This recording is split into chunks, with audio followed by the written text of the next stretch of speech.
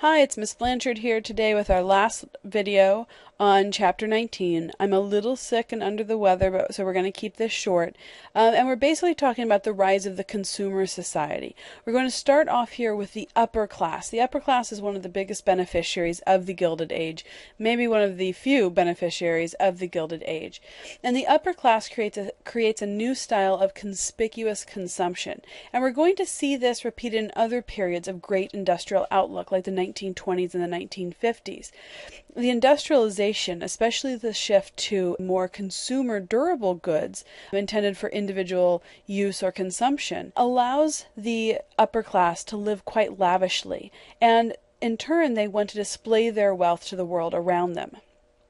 They began patronizing the arts by founding galleries like the Met and the Whitney Museums in New York City, as well as endowing schools. A lot of private philanthropy led to the creation of especially secondary education, such as Stanford University, endowed by Leland Stanford, a railroad magnate that helped build the Transcontinental Railroad. Tulane, Vanderbilt, of course, coming from the Vanderbilt Railroads, the Cornell University, and my own alma mater, the University of Chicago, endowed by John D. Rockefeller. The new rich are going to build vast mansions. In New York City, Madison Fifth Avenue is going to be a millionaire's row, and these mansions are going to become showcases for the conspicuous display of their wealth through fine dining that we read in the book this summer, artwork, and other furnishings. Newport, Rhode Island becomes the vacation home for the uber rich during the time period.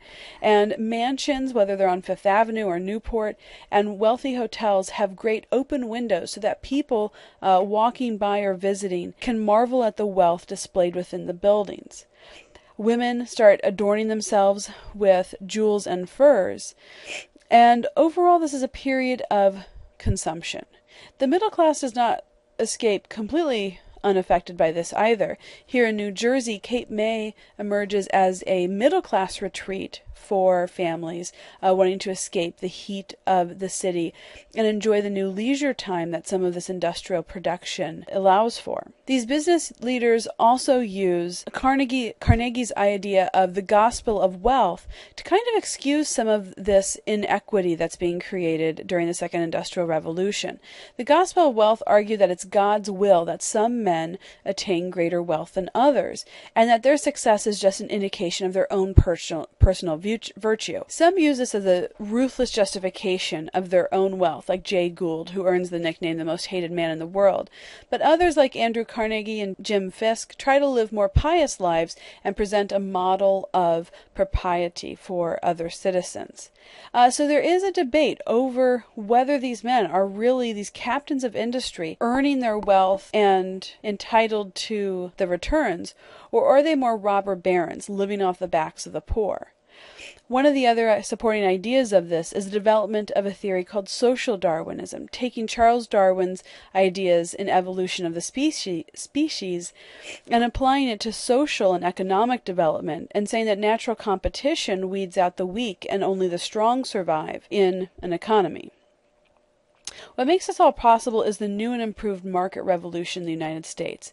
The railroad networks that link the country are going to link the regionally specialized markets and make mass consumption possible. New marketing methods are going to arise to distribute the growing volume of goods, and especially advertising. And again, we're going to see the growth of advertising in the 1920s, and what you might be most familiar with from Mad Men, the growth of advertising in the 1950s that parallel the same era in time. Department stores like Macy's, here's the one on 34th Street that some of you might be familiar with, boomed during the time period. Until now, for the rich, items, especially like clothing or household goods, were custom made, and for the more middle and working classes, you bought the material and made things yourself at home. Department stores like Macy's and Marshall Field's allow urban customers to come and see goods, browse, and buy things ready-made off the rack. Chain stores like the A&P grocery store and Woolworth 5 and 10 make more consumer goods available to more people. And for the first time in the Gilded Age, you have rural delivery of mail mail, which is going to allow mail order catalogs like the Montgomery Ward's and Sears catalog to deliver things to rural markets. Urbanization is also changing society. The United States sees an increase in self-sufficient female workers, and many women are going to start delaying marriage to establish themselves in a career before giving that up and going to work in the home full time. Most working class women are going to work in factories, especially the textile industry, and some middle class women will find time to work before marriage in more suitable occupations like being sales girls, clerks, sometimes even secretaries or telephone operators. Most states have compulsory education laws in kindergartens in the cities, meaning not in, at least in urban areas, not as many children are working in factories. And 150 new public and private colleges are formed during this time period. Cities set aside large parts of cities for parks, and American workers, both working and middle class, find time for more pleasant diversions like vaudeville theater and baseball. However, there is a negative side of this. Family time, for a large part, starts to disappear, especially for the working class, as they work longer and longer hours. And in the working class, you still do see many children working. And people of all races are delaying marriage so that they can work and end up having fewer children. Education is stimulated by business and civic leaders, and we have the extension of universal free schooling. We had talked about this. I mean, this goes back for the Puritans all the way back to the mid-1600s. And in the first Industrial Revolution, Horace Mann, the head of the Department of Education in Massachusetts, had embraced this idea. And you start to see this spread to more and more of Americans as American school systems grow rapidly. You have the land-grant universities in the Midwest, where there's lots of federal lands to donate to states, grow a lot of the state and university colleges, but still only a minor number of Americans attend high school or college.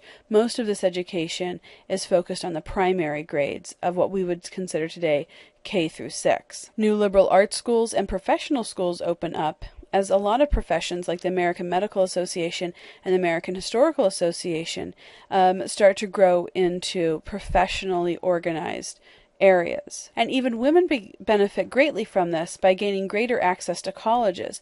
Women make up less than half, 40% of university college students, though this by no means that they are attending college in mass. Remember, this is still a very upper class or upper middle class pursuit, not open to the majority of Americans. One group that does start to benefit are African Americans. After the end of Reconstruction, some of the freedmen's schools in the South still stayed active.